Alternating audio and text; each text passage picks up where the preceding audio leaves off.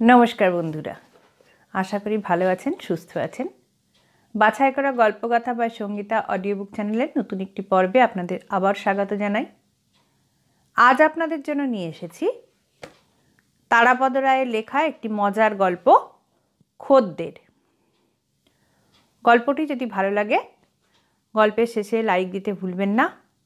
Are गल्प ओ गल्प पाठ सम्पर्के आपनादेर मतामत कमेंटेर माध्यमे अवश्यई जानाबेन। भालो लागले लाइक और शेयर करबेन और चैनलटिके सबस्क्राइब करे आमादेर पाशे थाकबेन। ताहले आर देरी ना करे शुरू करा जाक आजकेर गल्प। आजकेर गल्प तारापद रायेर लेखा खद्देर।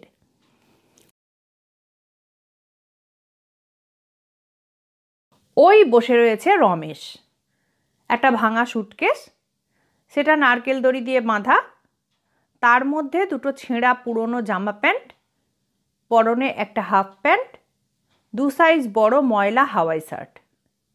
पाয়ের হাওয়াই চটি জোড়া অবশ্য নতুন, শেষ সম্বল মাইনের টাকা থেকে আজকে সকালেই কিনেছে। রমেশের হাতে একটা টিকিট ধরা রয়েছে, এখনই কিনেছে টিকিটের কাউন্টার থেকে। টিকিটটা হাওড়া থেকে খড়গপুর। रमेश बसे आछे हावड़ा स्टेशनेर प्लाटफर्मेर उपरे। से ग्रामे फिरे जाच्छे। कलकाताय तार पोषालो ना।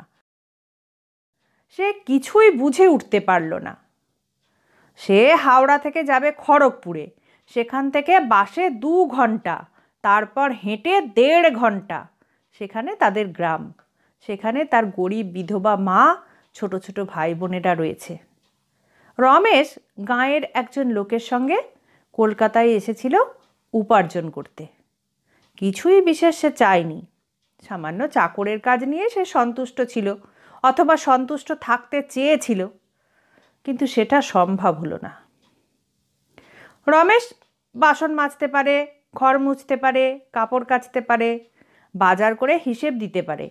गाँयेर स्कुले से 5 क्लास पड़ेछिलो। रमेश शेष राते भोर 4टेर समय उठे कयला भांगते पारे, दरकार पड़ले उनुन थेके भातेर हाঁড়ি नामाते पारे। कलकाता शहरे तार चाहिदा किछु कम नय, किन्तु से एखाने काज करते पारलो ना। कलकाताय आसार आगे रमेश काँथिते एक भद्रलोकेर बाड़ीते अल्प किछुदिन काज करेछिलो। सेई भद्रलोक छिलेन उकिल। रमेशदेर ग्रामेर बाड़ीते बाइरेर लोकजन विशेष केउ आसे ना। केई बा आसबे किसेर दरकारे। पाड़ा प्रतिवेशी जारा आसे सबाई चेना जाना, किन्तु काँथिर उकिल बाबुर बाड़ीते रमेश देखलो सकाल सन्ध्या रविवारे छुटिर दिने अनेक लोकजन आसे।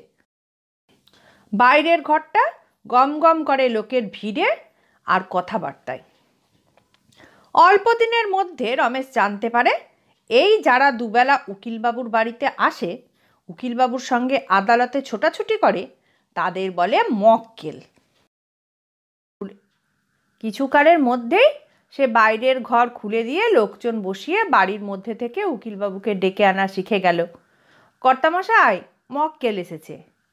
उकिल बाबू हेঁকে बोलतेन, ओদের বসাও আমি যাচ্ছি। একটা ঝাড়ন দিয়ে চেয়ারগুলো ঝেড়ে মক্কেলদের বসিয়ে রমেশ এসে উকিল বাবুকে জানাতো, মক্কেল বাবুদের ভালো করে বসিয়ে এসেছি। কিন্তু কাঁথির এই উকিল বাবুর বাড়িতে রমেশের বেশি দিন কাজ করা সম্ভব হয়নি। উকিল বাবুর এক মক্কেলের মামলায় হেরে গিয়ে 6 মাস জেল হয়। কি একটা মারামারির মামলা ছিল সেটা। মক্কেলটাও ছিল খুব মারকুটে। 6 মাস কারাবাসের পর জেল থেকে বেরিয়েই সে উকিল বাবুর খোঁজে আসে। উকিল বাবুর ভাগ্য ভালো যে ঠিক সেই সময় বাসায় ছিলেন না, কিন্তু জেল খাটা মক্কেলটির কোপ গিয়ে পড়ে রমেশের উপর। রমেশ যথারীতি যখন ঝাড়ন দিয়ে চেয়ার পরিষ্কার করে মক্কেলটিকে বসাতে গেছে এবং ঘোষণা করেছে যে উকিলবাবু বাড়ি নেই, একটু অপেক্ষা করতে হবে, সেই মুহূর্তে লোকটি রমেশের হাত থেকে কাপড়ের ঝাড়নটি কেড়ে নিয়ে তাকে পিঠমোড়া করে বেঁধে ফেলে এবং জুনপুটে বা দীঘায় নিয়ে সমুদ্রে নিক্ষেপ করবে বলে ক্রুদ্ধ ইচ্ছা জ্ঞাপন করে। রমেশের হাত বাঁধা ছিল, কিন্তু মুখ বাঁধা ছিল না। সে প্রাণ ভয়ে যথাসাধ্য চেঁচাতে থাকে। রমেশের চিৎকারে রাস্তা থেকে লোকজন এবং পাড়া প্রতিবেশী ছুটে এসে বিপজ্জনক মক্কেলটিকে ধরে ফেলে। তারপর পুলিশ এসে তাকে হাজতে চালান করে দেয়। তারপর আবার ফৌজদারি মামলা। কি এক অজ্ঞাত অবদ্ধ কারণে এবারেও এই মারকুটে অর্ধন্মাদ লোকটি রমেশের উকিলবাবুকে তার মামলায় নিযুক্ত করে। ফলে যদিও রমেশই ভুক্তভোগী, উকিলবাবুর প্ররোচনায় রমেশ মামলার দিন আদালতে সাক্ষ্য দিতে যায় না। কিন্তু পাড়া প্রতিবেশী ও রাস্তার লোকজনের সাক্ষ্যে এবং বিশেষ করে এই কারণে যে লোকটি জেল থেকে ছাড়া পেয়েই আবার গোলমাল করেছে সেই দিনেই, এই সব বিবেচনা করে মহামান্য আদালত এই দাগি আসামিকে আবার 6 মাসের জেল দেন। রমেশের উকিলবাবু বহু ধরাধরি, অনুনয় বিনয়, যুক্তিতর্ক দিয়েও লোকটির জেল খাটা আটকাতে পারলেন না। রোষকষায়িত লোচনে লোকটি উকিলবাবুর দিকে তাকাতে তাকাতে পুলিশের সঙ্গে আবার জেলে চলে গেল। লোকটির আবার জেল হয়েছে এই খবর শোনার পর রমেশ খুবই আতঙ্কিত বোধ করতে লাগলো এবং 6 মাস পূর্ণ হওয়ার সপ্তাহখানেক আগেই উকিলবাবুর গৃহ তথা কাঁথি থেকেই পালালো। গাঁয়ে গিয়ে 2-1 মাস থাকার পর সে অন্য এক গ্রামবাসীর সঙ্গে অতঃপর কলকাতায় এলো। সেই ব্যক্তি কলকাতায় এক ডাক্তারবাবুর বাড়িতে রান্নার কাজ করে। সেই বাড়িতেই রমেশের জন্য একটা 5 মাস খাটার কাজ জুটে গেল। চাকরের কাজে যে হতভাগ্য বালকের জীবন শুরু, তার যে ভাগ্য ভালো নয় সে কথা বলার অবকাশ রাখে না। তারই মধ্যে কারো কারো ভাগ্য একটু কম খারাপ হয়, রমেশের ভাগ্য কিন্তু খুবই খারাপ। রমেশ যে ডাক্তারবাবুর বাড়িতে এসেছে সেই ডাক্তারবাবু মনস্তত্ত্ববিদ, অর্থাৎ 2 কথায় পাগলের ডাক্তার। ঠিক রাস্তার ন্যাংটো পাগল বা উন্মাদ বদ্ধ পাগল নয়, রোগীদের প্রত্যেকেরই মাথায় অল্প বিস্তর গোলমাল। প্রায় প্রত্যেকেই সুবেশ ও মার্জিত রুচির, কিন্তু এদের সকলের চোখের মধ্যে একটা ঘোলাটে ভাব আছে, যে ভাবটা কাঁথির সেই উকিলবাবুর মক্কেলের চোখে মার খাওয়ার মুহূর্তে রমেশ দেখতে পেয়েছিল। প্রথমে কিন্তু গোলমালটা বাঁধল অন্যভাবে। রমেশ কাঁথির কাছ থেকে শিখে এসেছে বাইরের লোক যারা আসে তারা হলো মক্কেল। তার কাজ পড়েছিল সকাল সন্ধ্যায় বাইরের ঘরের চেম্বারে রোগী এলে বসিয়ে ডাক্তারবাবুকে ভেতরে খবর দেওয়া। সে এখানেও চেয়ার ঝেড়ে ঝুড়ে রোগীকে বসাতো, বলতো বসুন মক্কেলবাবু। তারপর ভেতরে গিয়ে খবর দিত একজন মক্কেল এসেছে। 2-1 দিনের মধ্যে খটকা লাগলো ডাক্তারবাবুর, রোগী আবার মক্কেল হলো কি করে? ছোকরা চাকরটা ইয়ার্কি করছে না তো? এক আধপাগল উকিল এসেছিলেন ডাক্তারকে দেখাতে। তার মাথার মধ্যে অহরহ টং টং করে কি একটা বেজেই যায়। তিনি রমেশের মুখে মক্কেলবাবু সম্বোধন শুনে হেসে কুটিপাটি। তার মাথার টং টং ভুলে তিনি ডাক্তারবাবুকে না দেখিয়েই রাস্তায় বেরিয়ে গেলেন হাসতে হাসতে। সেদিন সন্ধ্যায় একমাত্র পাগল বেপাত্তা হয়ে যাওয়ায় ডাক্তারবাবু রমেশের উপরে ক্ষেপে গেলেন। পরে অনেক কষ্ট করে রমেশকে শেখালেন, আমার কাছে যারা আসে তারা মক্কেল নয়, পেশেন্ট। রমেশের বঙ্গোপসাগরীয় জিহবায় যত সহজে মক্কেল কথাটা আসে, পেশেন্ট তত সোজা নয়। অনেক কসরত করে সে শেষ পর্যন্ত পেশেন্ট বলা শিখে উঠতে পারল। পেশেন্টদের চেয়ার ছেড়ে সে বসিয়ে ডাক্তারবাবুকে ডাকতে যেত, বাবু পেশেন্ট এসেছে। মোটামুটি চালিয়ে যাচ্ছিল রমেশ, কিন্তু ফ্যাসাদ বাঁধল ডাক্তারবাবুকে নিয়ে। ডাক্তারবাবুর একটা মারাত্মক খারাপ ব্যাপার ছিল। সন্ধ্যার পর সেজেগুজে রোগী দেখার নাম করে বেরোতেন, আর সহজে গৃহমুখী হতে চাইতেন না। এক একদিন গভীর রাতে পা টিপে টিপে চোরের মতন এসে ঢুকতেন। চেম্বারের বাইরের দরজায় খুব আস্তে 2 টোকা দিলে রমেশ রাতে চেম্বারের মেঝেতে শুতো, সে দরজাটা আলগোছে খুলে দিত। এই রাতে বাড়ি ফেরা নিয়ে ডাক্তার গিন্নির সঙ্গে ডাক্তারবাবুর কোনো কোনো সময় তুলকালাম কাণ্ড হতো। বিপদ হয়েছিল রমেশের, তাকেই সাক্ষী মানতেন ডাক্তার গিন্নি।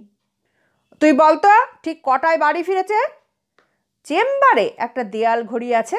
ভদ্রমহিলা রমেশকে ঘড়ি দেখানো ভালো করে শিখিয়ে নিয়েছিলেন স্বামীর ফেরার হিসেব রাখতে, কারণ তিনি নিজে কদাচিৎ কষ্ট করে ঘুম থেকে উঠে স্বামীর ফেরার তদারকি করতেন। যা চেঁচামেচি তাণ্ডব সেটা করতেন সকালবেলায় ঘুম থেকে উঠে হাত মুখ ধুয়ে চাটা খেয়ে নিজের সুবিধাজনক সময়ে। ফুটন্ত কড়া ও উনুনের মধ্যে, অর্থাৎ ডাক্তারবাবুর আর ডাক্তার গিন্নির মধ্যে কোনোটাই রমেশের পক্ষে কম বিপজ্জনক নয়। সে যদি সঠিক সময় বলতো ডাক্তারবাবু খেপে যেতেন, আর বানিয়ে সময় বললে ডাক্তার গিন্নির হাতে ধরা পড়লে রক্ষা নাই। ভদ্রমহিলা বিছানায় নাক টাকিয়ে ঘুমিয়ে কি করে যে আসল সময়টা ধরে ফেলতেন সেটা রমেশের এবং রমেশের ডাক্তারবাবুর উভয়েরই সমস্যা ছিল। কিছুটা বুদ্ধি খরচ করে মোটামুটি জোড়াতালি দিয়ে রমেশ চালিয়ে যাচ্ছিল, কিন্তু শেষে আর পারল না। একদিন একেবারে রাত কাবার করে দিয়ে ডাক্তারবাবু বাড়ি ফিরছেন। ফিরেই চাপা গলায় রমেশকে শাসিয়েছেন, এই সাবধান, যদি বলবি তো রাত কাবার করে ফিরেছি, একদম ঘর ধরে বাড়ি থেকে বার করে দেব। ডাক্তারবাবু তো বাড়িতে ঢুকেই নিজের বিছানায় গিয়ে চাদর মুড়ি দিয়ে শুয়ে পড়লেন। পাশের খাটে গৃহিণী তখনও ঘুম থেকে ওঠেনি। মহিলা সময় মতো ধীরে সুস্থে ঘুম থেকে উঠে পরিতৃপ্তির সঙ্গে প্রাতরাশ সমাপ্ত করে গভীর নিদ্রায় মগ্ন স্বামীকে বিছানা থেকে চুলের মুঠি ধরে তুললেন। তোমার এতবার বেড়েছে, রাতে বাড়িতেই ফিরছ না? দাঁড়াও, আজ পাগলের ইলেকট্রিক শক তোমাকেই দেব। সদ্য কাঁচা ঘুম ভাঙা রাত্রির অত্যাচারে ক্লান্ত ডাক্তারবাবু শেষ পর্যন্ত রমেশের শরণাপন্ন হলেন। স্ত্রীকে অনুরোধ করলেন, রমেশ দেখেছে কখন ফিরেছি, ওকে জিজ্ঞাসা করো। রমেশকে ডাকতে তিনি এলেন। ডাক্তার গিন্নি গর্জন করে উঠলেন, এই কিরে, এই লোকটা কখন বাড়ি ফিরেছে? ঠিক সময় বললে বিপদ, ডাক্তারবাবু মারবে, তাড়াবে। আবার বেঠিক সময় বললে গিন্নির হাতে ধরা পড়লে সে তো আরও মারকুটে, আরও দজ্জাল। দুপক্ষের হাত থেকে বাঁচতে সে খুব বুদ্ধি খাটিয়ে বলল, ডাক্তারবাবু যখন ফিরলেন তখন তো আমি ঘড়ি দেখতে পারিনি, তাই বলতে পারছি না সময়টা। গিন্নি গর্জে উঠলেন, কেন ঘড়ি দেখনি? তোমাকে বলিনি আমি? রমেশ বলল, কি করে দেখব, তখন যে আমি ঘুম থেকে উঠে কলতলায় মুখ ধুচ্ছিলাম। বলা বাহুল্য, অতঃপর রমেশের অন্য ডাক্তারবাবুর বাড়ি থেকে উঠল। কিন্তু কলকাতা শহরে চাকরের কাজের অভাব হয় না। গলির মোড়েই থাকেন এক ব্যবসায়ী ভদ্রলোক, কাপড়ের পাইকারি বিক্রেতা। বাড়িতেই একতলায় তাঁর গদি। যাতায়াতের পথে রমেশকে তিনি দেখেছেন, তার প্রতি দৃষ্টিও ছিল। তাঁর গদি ঘরের একজন বয় দরকার। রমেশ বেকার হওয়া মাত্র উক্ত ব্যবসায়ী ভদ্রলোক নকুলবাবু তাকে লুফে নিলেন। নকুলবাবুর গদিতে গিয়ে রমেশ আরেকবার বোকা বনল। ওই ডাক্তারবাবুর বাড়ির কায়দায় যারা গদিতে আসে রমেশ তাদের সরল চিত্তে পিসেন্ট বলে। গদি পরিষ্কার করে ঝাড়ন দিয়ে ঝেড়ে তাদের বসতে বলে। দোতলায় নকুলবাবুকে গিয়ে বলে, 4 জন পিসেন্ট এসেছে। নকুলবাবু প্রথমে ধরতেই পারেননি, পরে রমেশকে বললেন, আরে গাধা, আমি কি ডাক্তার নাকি যে ওরা পেশেন্ট হবে? রমেশ বোকা নয়, সে প্রাক্তন অভিজ্ঞতা থেকে বলল, ও বুঝতে পেরেছি, ওরা মক্কেল। নকুলবাবু স্থিতধী ব্যবসায়ী খুব শান্ত মাথায় রমেশকে বোঝালেন, যারা এসেছে, যারা গদিতে আছে, আসলে তারা পেশেন্ট নয়, মক্কেলও নয়, তারা খদ্দের। রমেশ এ ব্যাপারটা বুঝল, কিন্তু অন্য একটা ব্যাপারে নকুলবাবুর ওখানে রমেশের পোষালো না। রমেশকে আগে ডাক্তারবাবুর ওখানে নকুলবাবু দেখেছেন, কিন্তু তার নামটা জানতেন না। যখন জানলেন নতুন চাকরের নাম রমেশ, তিনি একটু বেকায়দায় পড়লেন, কারণ তাঁর শ্বশুরের নামও রমেশ। তিনি রমেশকে বললেন, তোকে আমরা রমেশ না বলে গদাই বলে ডাকবো। কিন্তু রমেশ গরিব হলে হবে কি, তার আত্মাভিমান অতি প্রখর। সে প্রতিবাদ করল, না, আমাকে রমেশ নামেই ডাকবেন, গদাই আবার একটা নাম নাকি? ব্যাপারটা ঝুলে রইল। কিন্তু নকুলবাবুর সাহস নেই পূজনীয় শ্বশুরমশাইয়ের নামে চাকরকে ডাকেন। তিনি ওরে হ্যাঁ রে বলে চালাতে লাগলেন। এ ব্যাপারটাও রমেশের অপছন্দ। এমন চমৎকার তার একটা নাম, এর আবার ওরে হ্যাঁ কি? ইতিমধ্যে অন্য একটা ব্যাপার ঘটেছে। রাস্তার ওপরেই থাকেন এক নবীনা চিত্রতারকা ও তার তৃতীয় স্বামী। মহিলা অতি নাবালিকা বয়স থেকেই সাতিশয় পক্ক এবং একাধিক স্বামী ও স্বামী স্থানীয়ের কণ্ঠলগ্না হয়েছেন। তাঁর বাড়িতে অনিবার্য নানা কারণে কাজের লোক থাকে না। সুন্দরীর বর্তমান স্বামী একটি উপযুক্ত কাজের লোকের সন্ধানে আকাশ পাতাল খুঁজছিলেন। নিজের নামের প্রশ্নে দ্বিধা ও সংশয়ে আচ্ছন্ন রমেশকে ভাঙিয়ে নিতে তাঁর এক মুহূর্ত সময়ও লাগলো না। এর চেয়ে তাঁর অনেক বেশি সময় এবং পরিশ্রম ব্যয় হয়েছিল সুন্দরীকে তাঁর দ্বিতীয় স্বামীর হাত থেকে ভুলিয়ে আনতে। সে যা হোক, রমেশ এই চিত্রতারকার বাড়ি থেকে প্রথম দিনেই, বলা উচিত সন্ধেবেলাতেই, বিতাড়িত হলো। সন্ধ্যাবেলা তারকা শয়নঘরে সাজগোজ করছেন। এমন সময় বাইরের দরজায় বেল বাজল। রমেশ গিয়ে দরজা খুলে তিনজন সুসজ্জিত ভদ্রলোককে ড্রয়িং রুমের সোফায় বসালো। তারপর ভেতরের ঘরে গিয়ে সুন্দরীকে খবর দিল। সুন্দরী এতক্ষণ এদের প্রতীক্ষা করছিলেন। এরা তার আগামী ছবির প্রযোজক এবং প্রযোজকের বন্ধুরা। নকুলবাবুর বাড়িতে সদ্য রপ্ত করা বুলিতে রমেশ সুন্দরীকে জানালো, বাইরের ঘরে তিনজন খদ্দের এসেছে। সুন্দরীর হাত থেকে পাউডারের পাপ পড়ে গেল। সুন্দরীর স্বামী বিছানায় শুয়ে চিত হয়ে সিগারেট টানছিলেন। খদ্দের এসেছে শুনে তার মাথায় যেন রক্ত উঠে গেল। রমেশকে কান ধরে হিড়হিড় করে টানতে টানতে হারামজাদা, রাস্কেল ইত্যাদি অবর্ণনীয় অকথ্য গালাগাল দিতে দিতে ভাঙা সুটকেস সমেত পেছনের দরজা দিয়ে গলা ধাক্কা দিয়ে বার করে দিলেন। ওই বসে রয়েছে রমেশ। সে তার দুঃখিনী মায়ের কাছে ফিরে যাচ্ছে। অনেক চেষ্টা করেও সে শহরে এসে বুঝতে পারেনি বাবুদের বাড়িতে যারা আসে তারা মক্কেল না পেশেন্ট না খদ্দের নাকি আরও কিছু আছে।